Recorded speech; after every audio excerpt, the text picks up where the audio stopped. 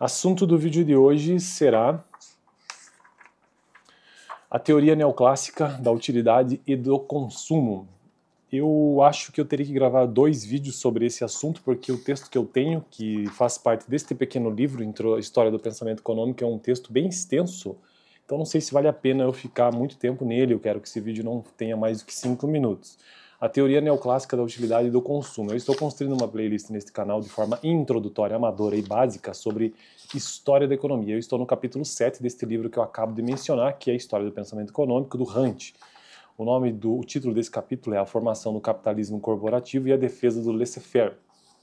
Lembrando que este livro aqui eu considero apenas como introdução, porque é um livro que tem um viés ideológico socialista. Obviamente eu não sou socialista e nem concordo com esse tipo de teoria, mas já que eu comecei o livro, então agora quero finalizá-lo. Eu já estou quase finalizando, inclusive, já passei da metade. Então vamos lá, teoria neoclássica da utilidade e do consumo no contexto do capítulo 7, sobre a formação do capitalismo corporativo e a defesa do laissez-faire. Ou seja, ali por volta do século XIX, segunda metade do século XIX.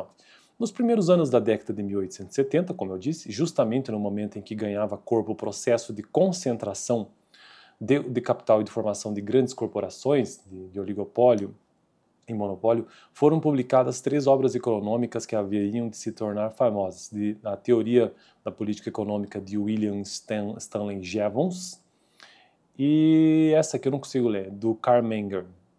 Foram ambas publicadas em 1871. 3 anos depois surgia a obra Elementos da Política Pura de Leon Walras, também outro importante economista. Embora houvesse muitas diferenças entre as análises desenvolvidas por esses autores, as semelhanças quanto ao conteúdo e abordagem eram surpreendentes.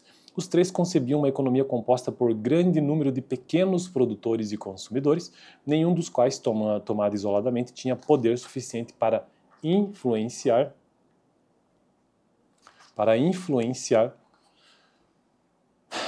o mercado em escala significativa. As empresas contrataram ou adquiriram fatores de produção e utilizavam esses fatores no processo de produção de forma a maximizar seus lucros.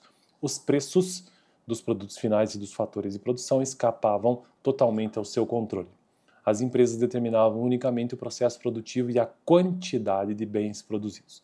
As unidades domésticas, por sua vez, vendiam terras e capital, bem como o seu trabalho a preços que variavam segundo as condições de mercado. Com a receita, suas vendas, adquiriam bens e serviços, os consumidores distribuíam suas rendas entre as várias mercadorias que desejavam adquirir, de forma a maximizar a utilidade extraída dessas mercadorias.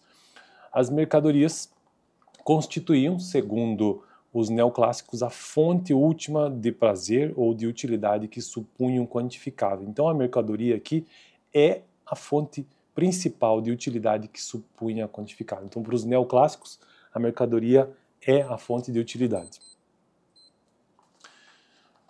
Jevons, por exemplo, escreveu: é difícil sequer conceber uma unidade de prazer ou de desprazer, contudo é a quantidade desses sentimentos que nos instiga continuamente a comprar e a vender, tomar emprestado e alugar, trabalhar e descansar, produzir e consumir. E é com base nos efeitos quantitativos de tais sentimentos que devemos avaliar suas quantidades comparativas. Interessante, né? Então a mercadoria, de modo geral, segundo a teoria neoclássica da utilidade e do consumo, para esses autores, por exemplo, como Leon Walras, Carl Menger e Stanley Jevons, eles trazem essa ideia de que a mercadoria ela é o máximo que existe, né, de utilidade, no sentido de que traz prazer. Então, ou seja, a mercadoria ela nada mais é do que a transformação desses sentimentos, dessas sensações em questões físicas, de fato. A mercadoria ela realiza, de fato, o prazer. Bom, no próximo vídeo, então, continuo a partir deste ponto aqui, senão o vídeo vai ficar muito extenso. O livro é este aqui, lembrando, caso você tenha interesse, dê uma olhada, dê uma pesquisada, que como introdução é um bom livro. Claro que você tem que conseguir separar o joio do trigo aqui, que na verdade tudo nesse livro é joio, mas tem algumas coisas que são interessantes, essa absorção, né, desse tipo de visão. O que é que um marxista geralmente vai pensar sobre a história do pensamento econômico, pelo menos para isso. Valeu!